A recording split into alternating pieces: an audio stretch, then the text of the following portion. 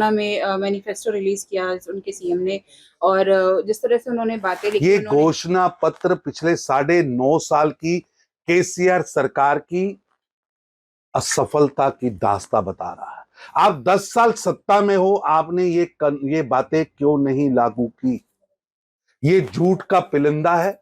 अपने हाथों से निकलती हुई सत्ता की रेत को जकड़कर पकड़ने की कोशिश कर रहे हैं केसीआर साहब, लेकिन उनके हाथ से सत्ता निकल रही है।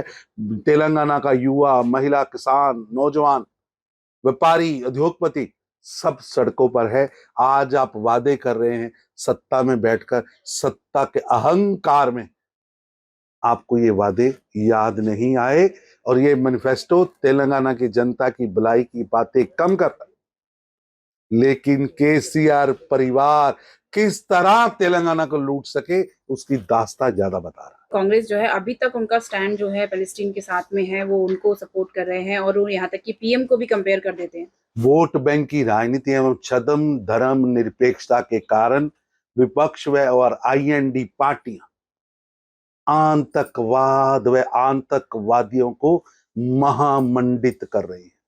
ये दुर्भाग्यपूर्ण है। जो लोग और जो पार्टियां आतंकवाद की बर्तस्ना करने से डर रही हैं,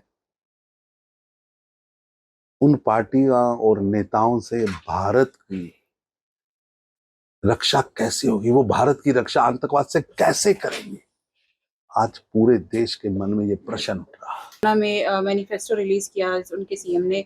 और जिस तरह से उन्होंने बातें लिखी, ये घोषणा पत्र पिछले 9.5 साल की केसीआर सरकार की असफलता की दास्तां बता रहा है। आप 10 साल सत्ता में हो, आपने ये बातें क्यों नहीं लागू की? ये झूठ का पिलंदा है। अपने हाथों से निकलती हुई सत्ता की रेत को जकड़कर पकड़ने की कोशिश कर रहे हैं केसीआर साहब, लेकिन उनके हाथ से सत्ता निकल रही है। तेलंगाना का युवा, महिला, किसान, नौजवान, व्यापारी, उद्योगपति सब सड़कों पर है।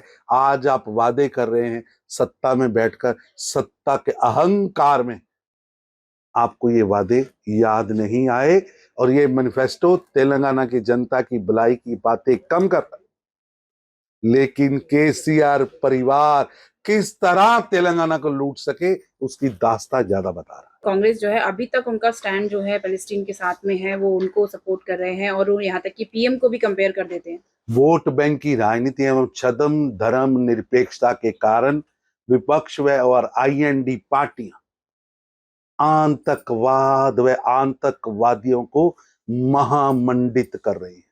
ये दुर्भाग्यपूर्ण है। जो लोग और जो पार्टियां आतंकवाद की बर्तस्ना करने से डर रही हैं, उन पार्टियां और नेताओं से भारत की रक्षा कैसे होगी? वो भारत की रक्षा आतंकवाद से कैसे करेंगे? आज पूरे देश के मन में ये प्रश्न उठ रहा है।